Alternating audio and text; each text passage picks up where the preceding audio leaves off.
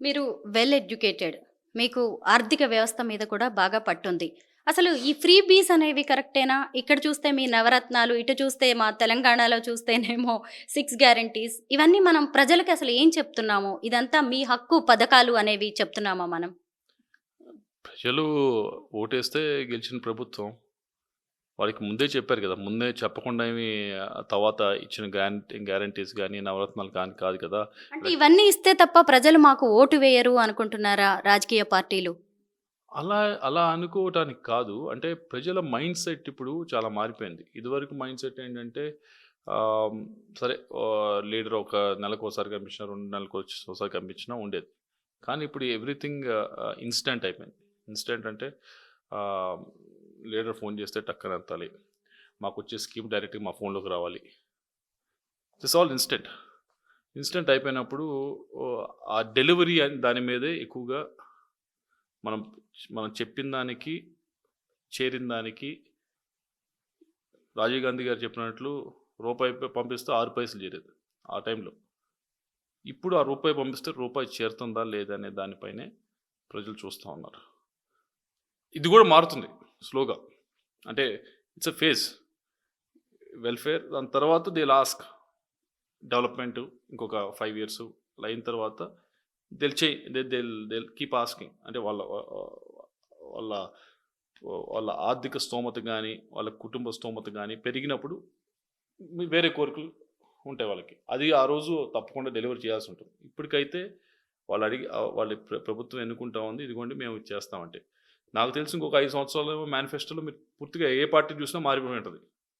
ఈ వెల్‌ఫేర్ ఉంటుంది ఒక 20, 30%. మిగతా 60, 70% అనేది వేరే యాక్టివిటీస్ మీద ఆహ్, మాకు రోడ్స్ గాని, రోడ్సే కాదు. నాకు తెలిసి ఢిల్లీ లాంటి ప్రాంతంలో అయితే మాకు ఎన్ని రోజులు మీరు గ్యారంటీ ఇవ్వగలరు వింటర్ సీజన్‌లో మంచి గాలి ఉంటుందని అనే దాని మీద కూడా అడుగుతారు. అవును. So, it will change. పెద్ద సమస్య ఇక్కడ. పొజిషన్స్ ఇక్కడ. హ్మ్. అలానే రాష్ట్రాల్లో కూడా మారుతది. ఓహ్! ఆర్థిక స్థితిగతి నా కుటుంబ స్థితిగతి కొద్దిగా మారినప్పుడు మారినప్పుడు. సో, అది ప్రజలెందుకు ఉంటా ఉన్నారు కదా! సో, వాళ్ళకి వదిలేస్తే బెటర్ అది. ఏపీలో కూడా ఎలక్షన్ హీట్ స్టార్ట్ అవుతోంది. మీది కూడా ఎంపీగా మీ టర్మ్ 4.5 ఏళ్ళు అయిపోయింది. ఇంకా కొద్ది రోజుల్లో అయిపోతున్నట్టే. ఏదైనా అసంతృప్తి ఉందా? ఇంకా ఇది చేయలేకపోయాను. కొంచెం టైం ఉంటే బావుండని ఏమన్నా అనిపిస్తుందా మీకు? ఈ చేయలేకపోయామంటే దానికంటే కూడా ఇంకా ఫాస్ట్ ఏదైతే తీసుకున్నామో వాటిని ఇంకొద్దిగా ఫాస్ట్ చేసుంటే బాగుండేదనేది ఒకటుంది. ఒక్కటి మాత్రం కొద్దిగా ఉన్నది ఏదైతే మేము నేను ప్రామిస్ చేశానది వాటర్ గ్రిడ్ అని. అది జల్ జీవన్ మిషన్ కింద గ్రామం నుంచి ఇవ్వగలిగాం కానీ, గ్రామం నుంచి ఇంటి దాకా ఓవర్ హెడ్ ట్యాంక్ నుంచి ఇంటి దాకా ఏదైతే కనెక్షన్స్ ఉన్నాయో దానికి ఫండ్స్ అయితే తెచ్చుకోగలిగాం కానీ, ఏదైతే నాగార్జున సాగర్ నుంచి, బుగ్గవాగు నుంచి ఈ వాటర్ గ్రిడ్ ద్వారా ప్రతి ఊరికి కనెక్షన్స్ ఏదైతే మేము ప్లాన్ చేసామో అది చేయలేము. అది ఒకటి రిగ్రెట్ ఉంది. ఫైనల్‌గా ఓ ఫన్నీ క్వెషన్. మిమ్మల్ని ఎప్పుడు పార్లమెంట్‌లో చూసినా జస్ట్ ఒక 30 ఇయర్స్ యంగ్ మ్యాన్ లాగే కనిపిస్తూ ఉంటారు. చక్కగా నిజంగా రావడం, వెళ్ళడం, ఆ ట్యాబ్ పట్టుకొని ఆ స్పీడ్ అవన్నీ కూడా అలాగే అనిపిస్తూ ఉంటాయి. కానీ మీ ఏజ్ చూస్తే 40 ఇయర్స్, 10 ఇయర్స్ బాబు ఉన్నాడు.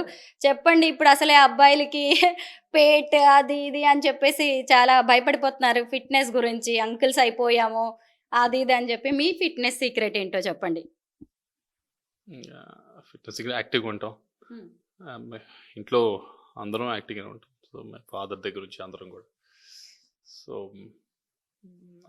పొద్దున్నే కాసేపు ఫ్యామిలీ అంతా మా అబ్బాయి చేస్తూ ఉంటాడు. మా వైఫ్ చేస్తూ ఉంటుంది. సో, ఎవ్రీవన్ ఏదో ఒక యాక్టివిటీ పెట్టుకొని పొద్దున కొద్దిగా ఎక్సర్సైజ్ టైప్‌లో చేస్తాం. సో, అది దాని తర్వాత ఆహ్, కొద్దిగా ఎక్కువగా తినకపోవటం. ఎక్కువ తినొద్దంటండి. మీ డైట్ ప్లాన్ ఏదో చెప్పొచ్చు కదా! అలా అలా ఏం లేదు. మామూలుగా కాన్షియస్ ఉన్నప్పుడు ఎక్కడైనా చేయాలి. బట్ చేసేదేదో లిమిట్‌లో చేస్తారు.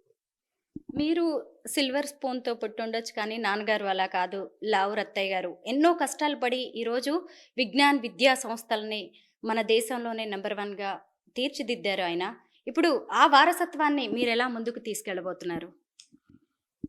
ఆహ్, చాలా కష్టపడి చేశారు. ఫస్ట్ టైమ్ ఆహ్, ఆంటర్‌ప్రెన్యూర్ ఆయన. ఒక చిన్న కుటుంబం నుంచి రావటం జరిగింది. చాలామంది గుంటూరులో ఆ ప్రాంతంలో ఉన్నవారు అందరికీ తెలుసు. చాలామంది ఇన్స్పైరింగ్ స్టోరీ అని అంటారు. చాలా కష్టపడి రావటం జరిగింది. అండ్ రాష్ట్రం ఆంధ్ర, తెలంగాణ 2 ప్రాంతాల నుంచి కూడా చాలా పెద్ద చాలా చాలా ఇప్పుడు పెద్ద పెద్ద పొజిషన్‌లో ఉన్న వాళ్ళు చాలామంది వచ్చి అక్కడ చదువుకుని వెళ్ళటం జరిగింది.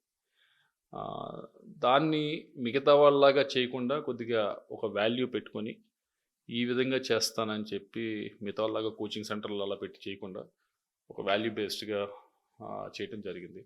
సో దాన్ని ఇప్పుడు మాకు యూనివర్సిటీ కానీ లేకపోతే స్కూల్స్ కానీ ఇవన్నీ వీటి మీద దాదాపుగా ఒక 50,000 స్టూడెంట్స్ దాకా ఉన్నారు. So happy. దీన్నే మేము యూనివర్సిటీ క్యాంపస్నే మేము ఆఫ్ క్యాంపస్కి హైదరాబాద్ అటు ప్లాన్ చేస్తూ ఉన్నాం. అది ఎక్స్పాన్షన్లో ఉన్నాం. సో నెక్స్ట్ టార్గెట్ ఈస్ దానికి తీసుకెళ్ళాలి. ఎందుకంటే గుంటూరు బాగానే చేస్తూ ఉన్నాం university campus. So next Hyderabad కూడా తీసుకెళ్ళాలని ఆలోచిస్తాం. థ్యాంక్ యూ శ్రీకృష్ణ గారు.